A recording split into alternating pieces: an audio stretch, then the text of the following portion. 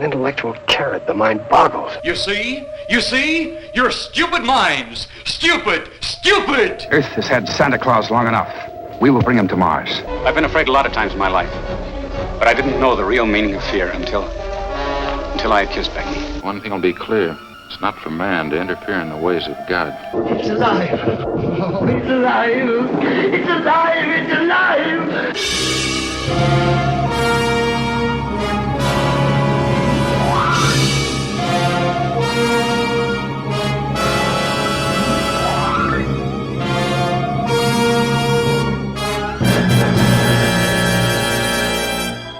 Good evening, everybody, and welcome to Earth vs. Soup episode, 176? I'm Aaron Pollier. I'm Darlene. We found another one on Amazon Prime. It was free. It was badly colorized, but I'm not going to hold that against the movie. And it's called The Manster, either from 1959, 1961, 1962. There's lots of release dates and when it was filmed. Some of its names: The Two-Headed Killer, Nightmare, and in the UK it was released as The Split. The release date in the US was 1962. That's where we get different numbers. It is using mostly Japanese crew and actors, but they're in English. Yeah, everything's in English. They got actors that could speak English. So there is no subtitles, nothing like that. And then some of the actors are British. Yes. Which actually, the two leads technically are British. They're not American, even though it's an American production, correct? Yes. I believe so. Mm. And it's 72 minutes, and it was shot in Japan. Yes, and filming locations, Japan. That's all I know. Okay, so we looked up where a lot of these people came from that were in this. Peter Dinley and Jane Hilton are the two leads in this, even though I would argue that Jane Hilton was not the lead because she's barely in it. The female lead. Yes. And they are actually... They're married. Well, they were married. I think they're both gone now. And both of them have actually a pretty long list of credits in British television. And Jane Hilton actually has a credit in Doctor Who and the Solarians from 1970. So that popped out to me. Obviously, I see any Doctor Who actors, and it's kind of like, okay. But she had an uncredited role in one episode, which means a 25-minute episode of a 6-part. And she was probably a Solarian. Or she was just in the background. Because the Solarians, there was lots of panicking kind of stuff because they're bringing back dinosaurs and whatnot. So there could just be lots of people in the background they needed as extras to panic. The two lead Japanese people are Tetsu Nakamura, who we would recognize from Mothra, but he had a bit part in Mothra. He was a henchman of Nelson. And then Terry Zimmern, who played Tara, this is her only credit. The Japanese love interest. Like, that's her only credit. I'm surprised because she's not bad in this movie as an actress. I don't understand why this is her only credit. Maybe she changed her name and people haven't linked her to the other names that she used. Or this could have been it. This could have been it. It's possible. She was good in this. This has weird links to more modernish films. And it's because I recognized it. It actually links to one of my favorite comedy horror movies, Army of Darkness. Because what we see with Ash, having evil Ash grow out of him, is exactly what happens in this movie. So, credit where credit's due. They took it from Manster. I recognize that. As soon as he pulls, at one point when he pulls his collar back and we see the eye on his shoulder, and I'm like, oh my God, it's Army of Darkness. But this came far before Army of Darkness. Have you ever seen this movie before, Darlene? No, I haven't. I do want to tell you that it was double featured with Eyes Without a Face, which I think we did. I don't know. I don't think so. You don't think so? Nope. You don't need to look it up now, Darlene. It's okay. We should talk about this film. So have you ever seen it? No, I don't okay, think so so. I don't think I've seen this either. Um, because if I had, I would have likely fit it into the Godzilla films just because of the setting and all the side characters are Japanese, or at least, well, let's say they're supposed to be Japanese, and there's lots of like Japanese iconography in this, so sets, things like that. Um, I guess we can talk about the plot. I think this is another one of those films where I think we entered it expecting something different than what we got, but we're pleasantly surprised because of it. Right? Like, I mean, all the way through the film, we were like, "Wow, this isn't what I was thinking it was going to be," but we were interested in it. I don't know if I came in expecting anything. I think I came in expecting a Japanese monster movie, not giant, not a kaiju movie, but like a Japanese monster movie where it's more on a human scale and it's really goofy. And I mean, there's goofy parts in this, sure, but it was way more hammer horror, let's say. In some ways, like how they presented the horror through most of it, because this isn't really a horror film. This is a science fiction film first and foremost, right? I think the horror comes in from the idea of this guy losing control all the way through it. So let's get into the plot. We start off with what seems to be a completely disconnected scene. We see Japanese women swimming in a hot spring, and then we see a woman, like hard cut. Then we see a woman in a kind of traditional Japanese dress putting on makeup in a silk screened room, correct? Mm-hmm. And a monster just like jumps in and kills her, and blood sprays against the silk screen. Goes to credits. So I was already confused, like what do these two groups of women have anything to do with each other? It's not like when we panned over this shot of these women in the hot spring, we see like a dressing room or anything like that. And it didn't look like the woman that was in this silkscreen dressing room was putting on or taking everything off. She was putting on makeup. So it didn't look like she was going into the hot spring. Does that make sense? But she might have came out of it. Yes, but again, this totally isn't. There's no real connection. You're right. She could have, but I think there could have been some sort of connective tissue between the 5 seconds we see of nude girls, which we don't see anything of, nude women bathing in a hot spring, and then this woman inside the silk screen room. We go into the credits, and we see a guy climbing a steaming mountainside. So there's like clearly volcanic activity in the area. And he comes to a small wooden cabin, and we're introduced to the main Japanese lead, Dr. Robert Suzuki, played by Tetsu Nakamura. Okay. And Tara. And Tara, played by Terry Zimmern. Okay. He comes in and he wants to know if this guy has come back. And Tara is like, yeah, he's down in the basement. And Dr. Suzuki's like, yeah, of course he would come back to the last place he was fed. So he walks down the staircase into a cave filled with fungus. I'm confused because the fungus really doesn't have anything to do with the plot, and it's like giant fungus. It's like fairyland toadstools, and you know what I'm saying? Keep going. Keep going. Okay. We see a woman in a cage with a melted face. Now, yes, the makeup isn't super good, but the setting in which she's in and the acting being done by the woman with this like melted face, it's kind of horrific, isn't it? One eye is the original, and the other then, like, one, half her face. And the other side, her eye is where the cheekbone would be. Yeah, it's melted. It looks like her face is melted.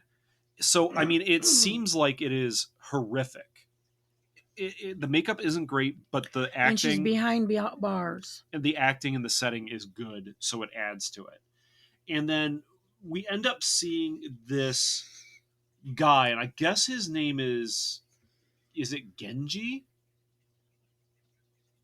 Kenji? Yeah, it's Kenji. And it's his brother. It turns out that this is the brother of Dr. Suzuki. So it's Kenji Suzuki. And he looks like a white-haired Yeti. That's the best way I can describe it. Like he looks like a Bigfoot with horns, but he has like white shaggy hair all over. He does not look human. There is no resemblance to a human at all. Except that he's upright. Yeah. And we have a whole bunch of exposition by Dr. Suzuki, basically saying, this is my experiment. You wanted to be a part of it. You volunteered, and I refused you, and you took this yourself. In fact, it turns out that the woman behind the bars with the half-melted face is his wife. We find out later. Who also volunteered. He refused, and she took it to help him I out. don't know if that was the case. That's what he says, because he's like really upset. That's the reason why he's keeping her around, because it's not like he's doing further experiments on him. He talks to her. Yeah, I think the acting might not be that great in that, because he seems like he's just kind of lording over everybody. But at least according to what he says, all these people have like forced this issue to happen. Anyway, he's a failed experiment, and he ends up being killed by Suzuki with steam and then shot from a pistol. And then Suzuki ends up throwing the body past a door that he opens, which is basically leading into a volcanic vent. And I guess it's to destroy the body. So now we get another shot of another guy walking up the same side of the mountain. And it turns out that this is an American. Or at the he is supposed to be American. He's supposed to be American, and his wife is American because they both live in New York. They're not British; they are American, even though the actors are British. And this guy is named Larry Stanford. He is our lead. He is a reporter, and he's here to actually talk to Suzuki about some research that's been dealing with evolution. And Suzuki immediately starts acting creepy. Immediately. And starts asking really personal questions, including about his love life. Have you slept with any women on your trip here to Japan? He's like, no, I'm married. I've been a good boy, etc. So anyway, he says that we learn that Suzuki has developed a serum that can cause mutation and force evolution, and with chemicals, not with radiation. And he knocks out Stanford with poisoned scotch. Well, he finds out from documentation that every time there's a cosmic rays that come through, it produces a evolutionary change. Okay. So as Stanford's asleep, Suzuki injects him with this mutagen, and he wakes up itching, and he thinks he just dozed off. So Stanford goes back to Tokyo, and Suzuki says, hey, look, I'm going to talk to you in a couple days. I'm going to be in Tokyo. I'm going to show you what Japan really is about. I'm going to show you a good time because you're leaving back for New York because of your wife. Okay. So we get a quick scene with Stanford's wife, Linda, who calls from New York. I don't think the acting is that great, even though she's in a lot of stuff. But again, I think I explained that. This is the one scene that I said, that is very bad acting. I think it's because she had nobody to act against. And she was literally like staring into a mirror the entire time she was talking on this phone. And I think the direction was bad because she's actually a decent actress.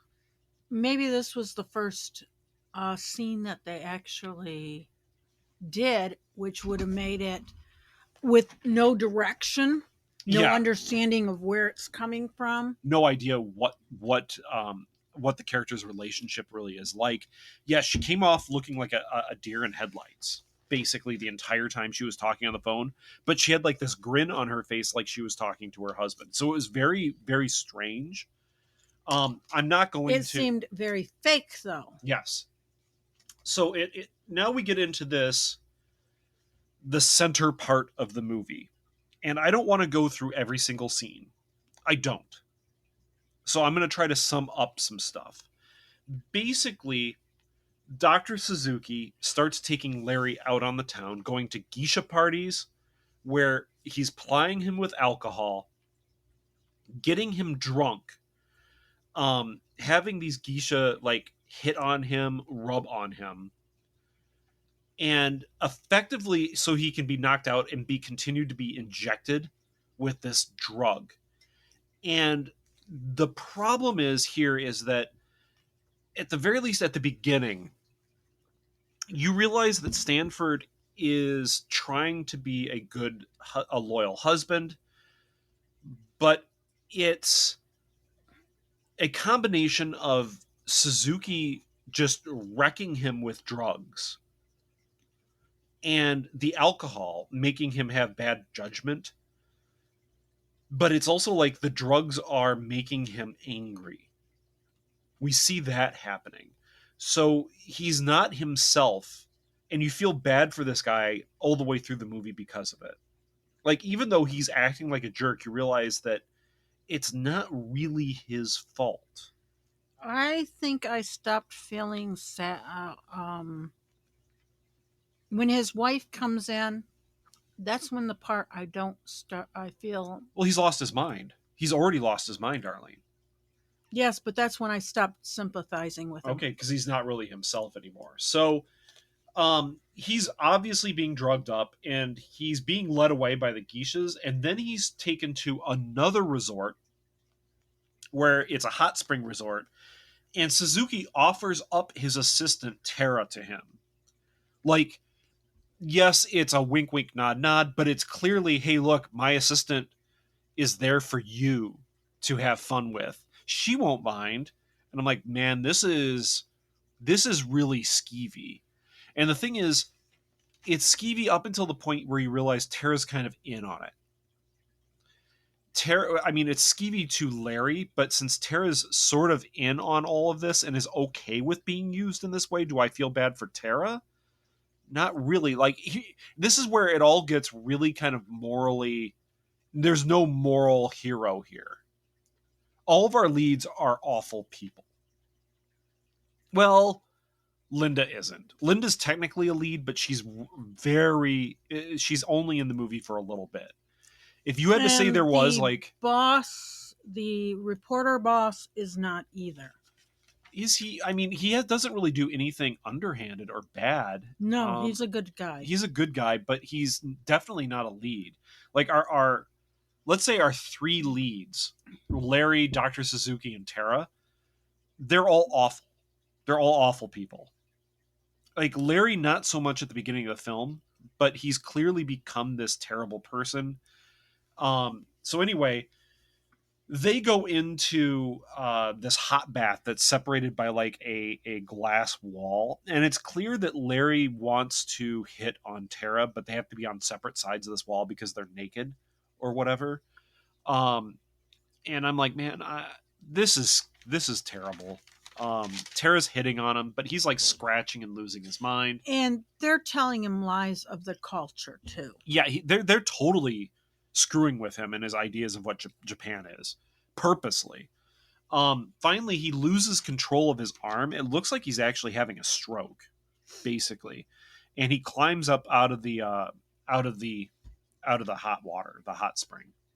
So we go to a bar and restaurant that has a live band, and Larry is dancing with Tara, and we see time passing. Basically, at the beginning of this film, Larry was supposed to go back to New York to be with his wife because they hadn't seen each other in a while. Now it's clear that days and days and days are passing with him basically just whoring around, drinking, and getting injected with more and more drugs.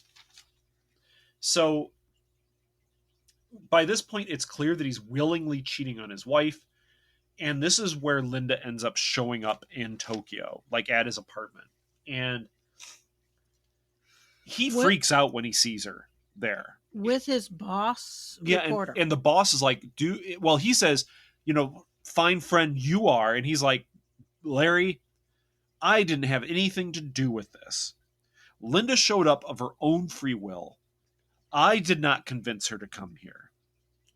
Once she came here, who am I to say I'm not going to show her to your apartment? You're married. Get a hold of yourself, you prick. Now Not with those words. I mean, not with those words, but that's basically what he was saying. And he's like, no, now I'm gonna leave you to it. And he starts walking away, and Larry like loses his shit completely. And that's the night that he kills the. Well, jumping ahead. This is where Linda gives him a choice to either come back with her or to stay here with his Japanese sex worker, which is Tara. And he leaves with Tara, the assistant, and she's like, Larry, I'm gonna be here till midnight. See, she's waffling on the whole, like, he's an awful person too. I'm gonna be here till midnight, and if you're not back, I am gonna leave. And so they Larry and Tara go back to her place, and she tells Larry that he needs to break it off with her cleanly, otherwise she doesn't want to be in the relationship with him. And this is like the glimmer of maybe Tara isn't fully bought in to being like an evil human being. This is where you realize Tara is a product of whatever's happened before. Yeah, it's that it becomes clear that she used to be a decent human being, and that somewhere inside of her she still does have a soul. Something bad happened that she became the assistant to Suzuki. He rescued her, putting quotes around that. So he returns from whatever life she had before, and that is stated throughout this movie. He ends up returning to his apartment, sees his wife, and watches as his hand basically changes into a werewolf hand. That's how I describe it. It's hairy, it has claws. And he argues with Linda and sees that there's and he ends up seeing like that there's this wound on his shoulder. Basically, it's like this kind of open sore. Now, I've already said exactly what this is at the beginning. This is Army of Darkness. This is like going to be an awful thing, right? So he ends up leaving and finding a group of monks, and he follows them through the night, and he ends up going to a Buddhist temple, and he talks to a man who's praying, and he ends up killing him. Do you think that statue that's in there that they keep looking at, which is one of the evil things, is that real, or is that a prop? Is that what you're asking? Well, no, I was going to say, do you think that statue is something significant to the movie? I don't know, because I'll explain why I don't know. I'm not an expert on Buddhist anything. I'll be fair about that. That looks more like the Japanese I don't know than the Buddhist. I don't know. Because remember, Buddhist comes from India. I will be upfront with my ignorance about it. So I don't know. It looked I think different. they were trying to tell us something here, and I missed it. Maybe. I mean, it was them focusing on it because there's a monster inside Larry. Whether that really is something that's like a Buddhist spirit of some sort, I don't know. Because it was a monster with a third eye too. So I mean, if there's anybody out there that watches this and knows, feel free to contact This Week in Geek, and we'll hear it. We'll hear about it. I mean, I don't mind admitting when I don't know something. So anyway, he kills this guy, and they don't show you the deaths of any of these, by the way.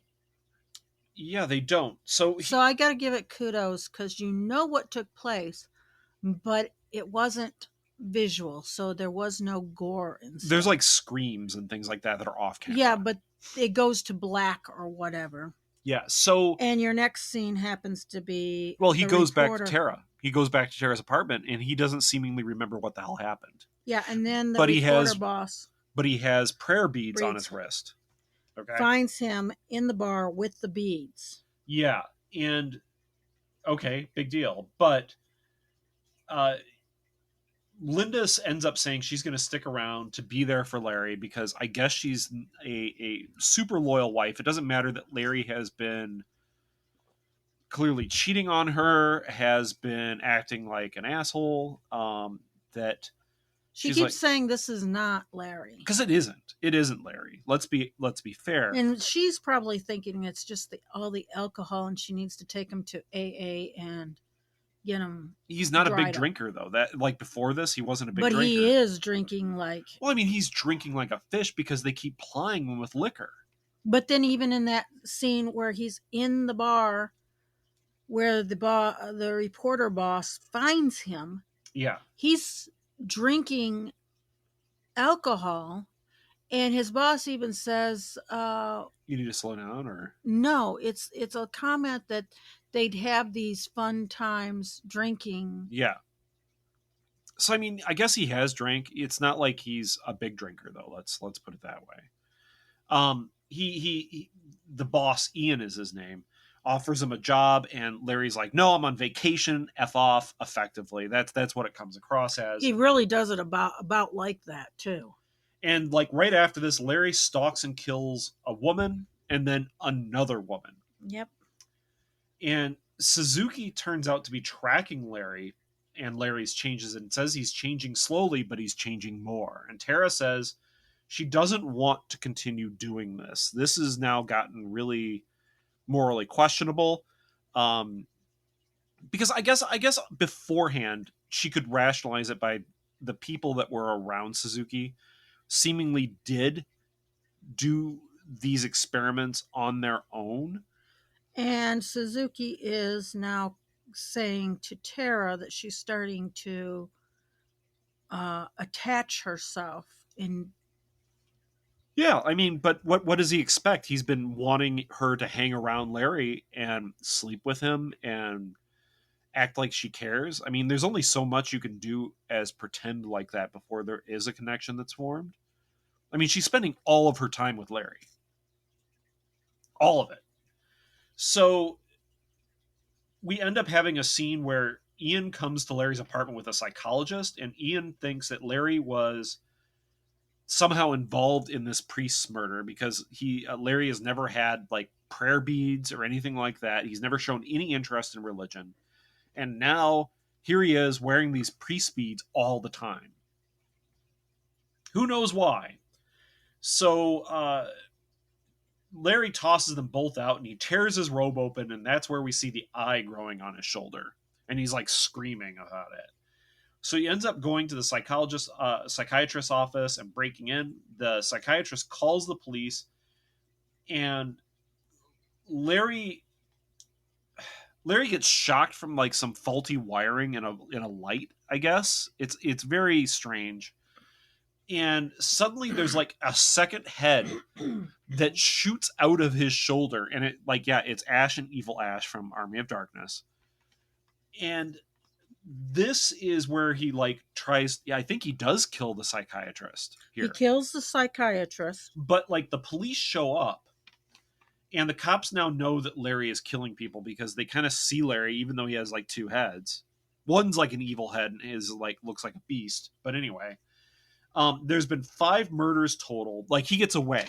He gets away at this point. I don't think they know it is Larry at this point. I think the boss later gets a hold of the police and.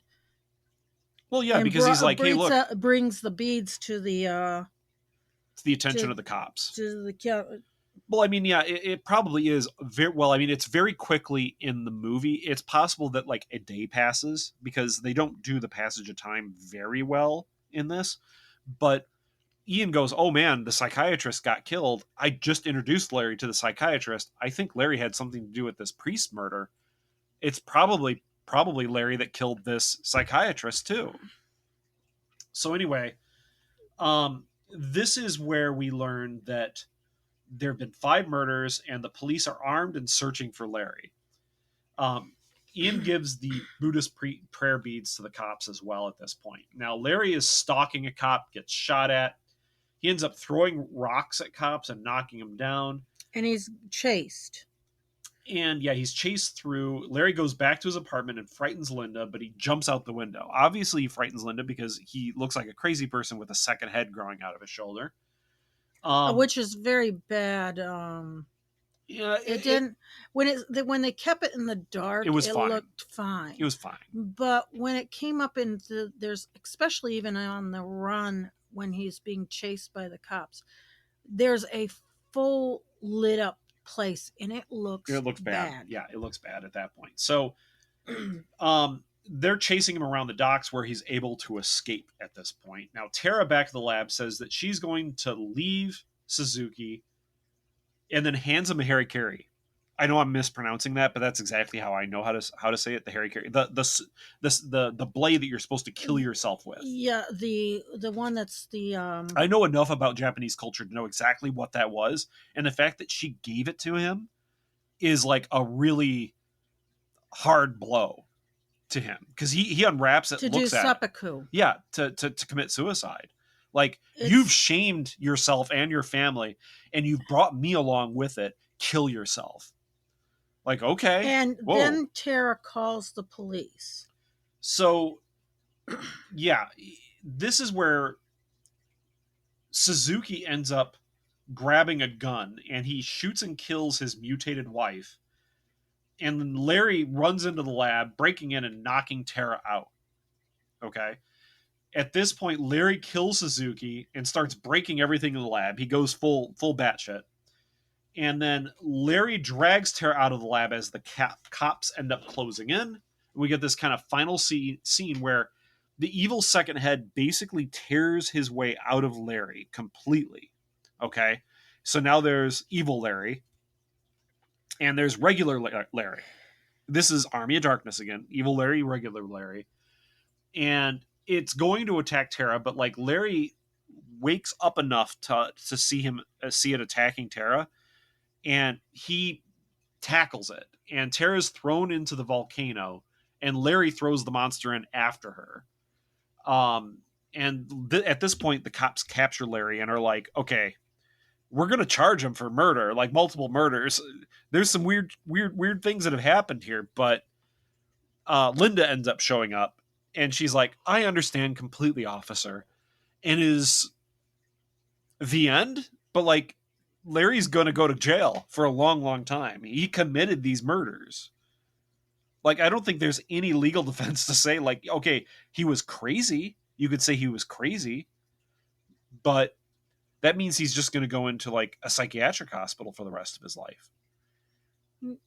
Until he's stabilized. No, I mean, he's underneath he's being carried out on a stretcher. I don't think there's any way he's ever leaving Japan. He's going to be in jail for the rest of his life, or jail or psychiatric hospital. So that is the end. I already stated where I thought was the bad thing. The one of them was the telephone call. Oh, with Linda talking on the phone like a deer in headlights. Yeah, that was a very strange. Otherwise, there was pretty good acting. Yeah. So let's go with what was good. Acting was pretty good, right? Except for pacing. The pacing was okay. I think the plot overall was fine, actually. Just they needed to tell the date. How much time has gone by some kind of clue. Yeah, they need to be better about time passing, showing it. Yeah, for sure. I really do think this is an interesting thought. Like creating evil through evolution or something because like that. At the end, it was supposed to be that was Larry's evil. Yeah. And it would have killed Tara. Larry's evil that's in him. I don't think that was what was it intention. No, I think the Suzuki was bringing out what was evil in Larry. That's fair, and you can link it into that whole Buddhist temple scene. That's fine. Oh, there's like demons and everybody, or whatever. I'm not a Buddhist expert, right? But the evil like rips out of Larry and then immediately tries to kill Tara.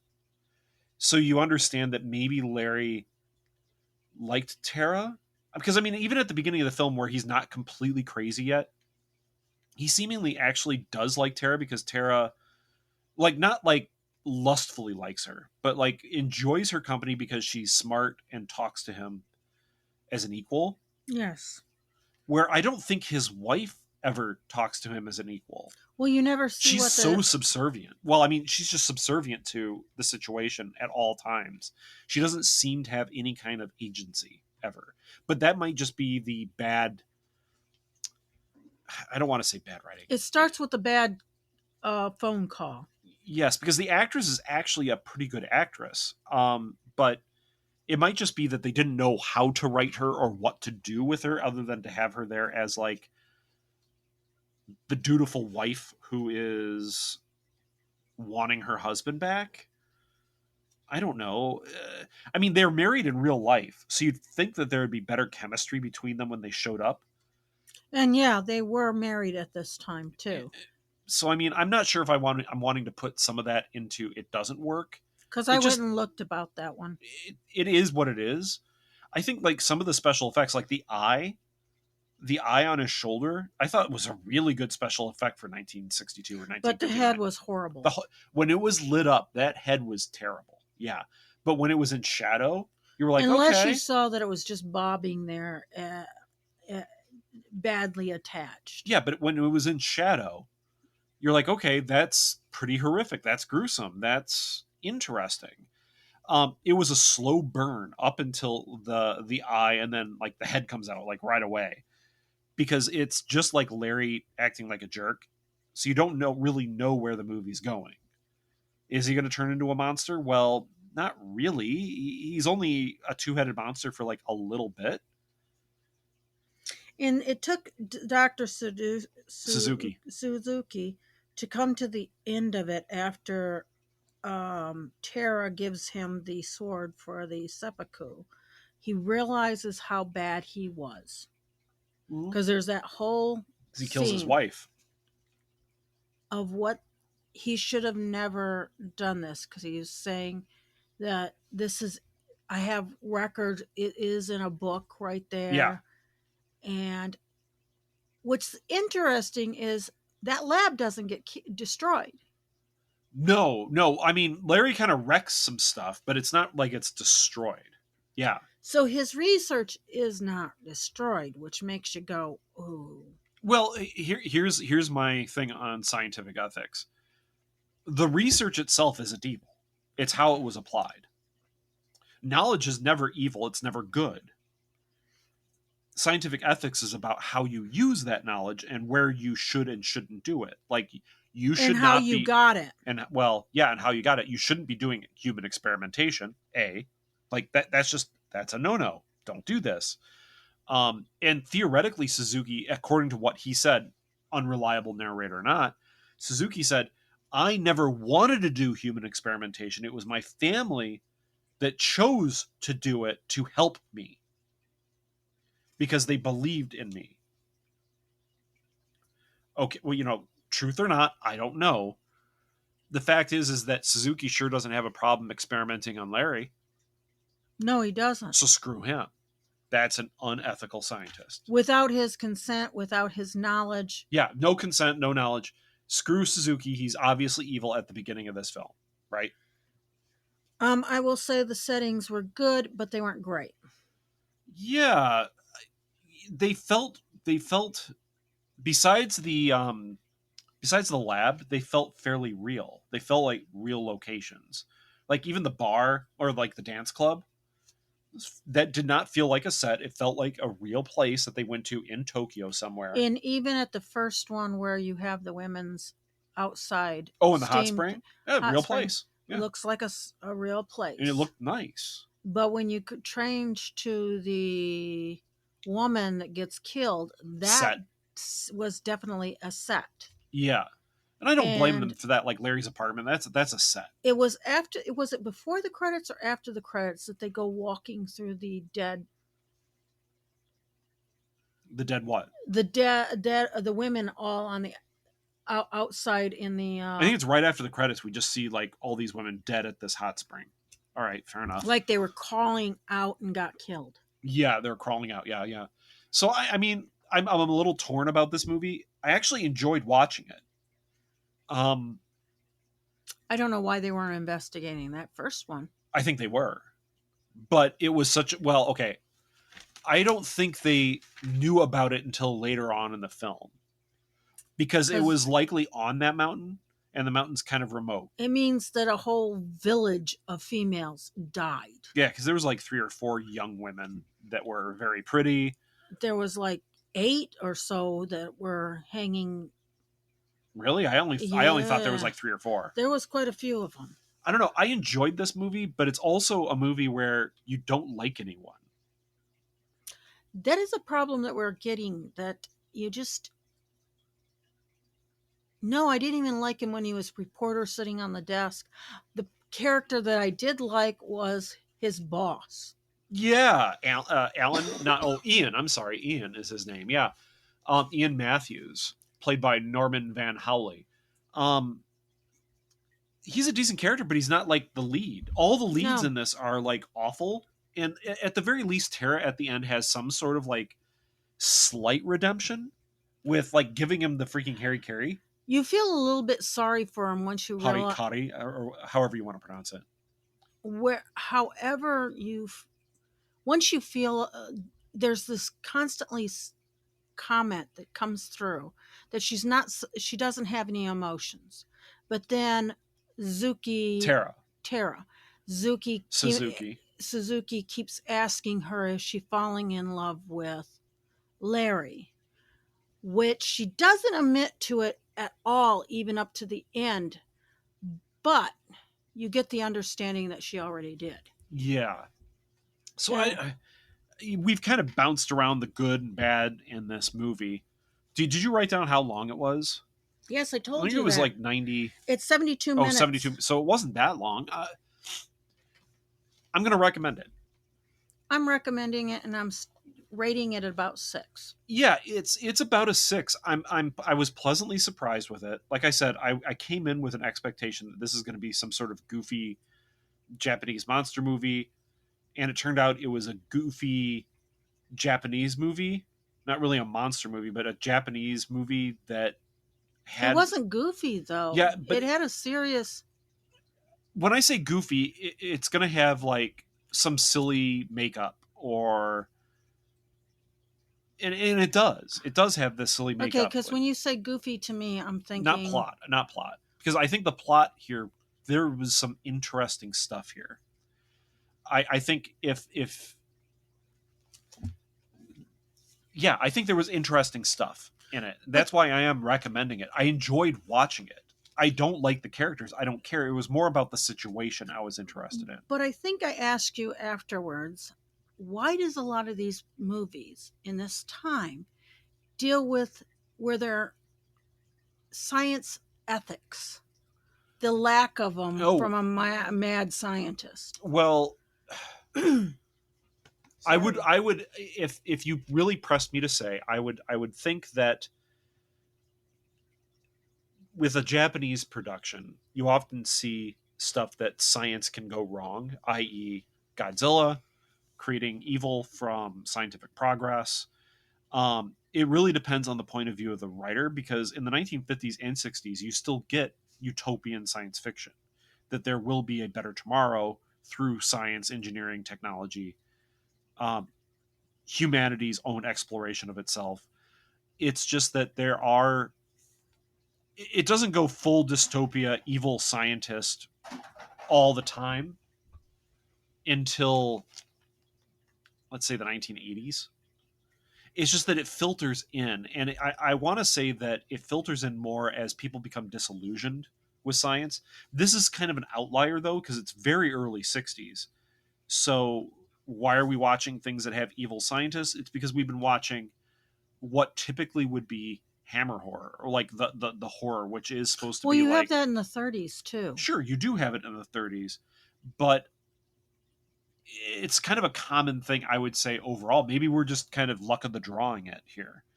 And the last few movies that we've done have had evil scientists. I don't know. So do you want to leave it here? We're both recommending. I think we're both saying like 6 out of 10.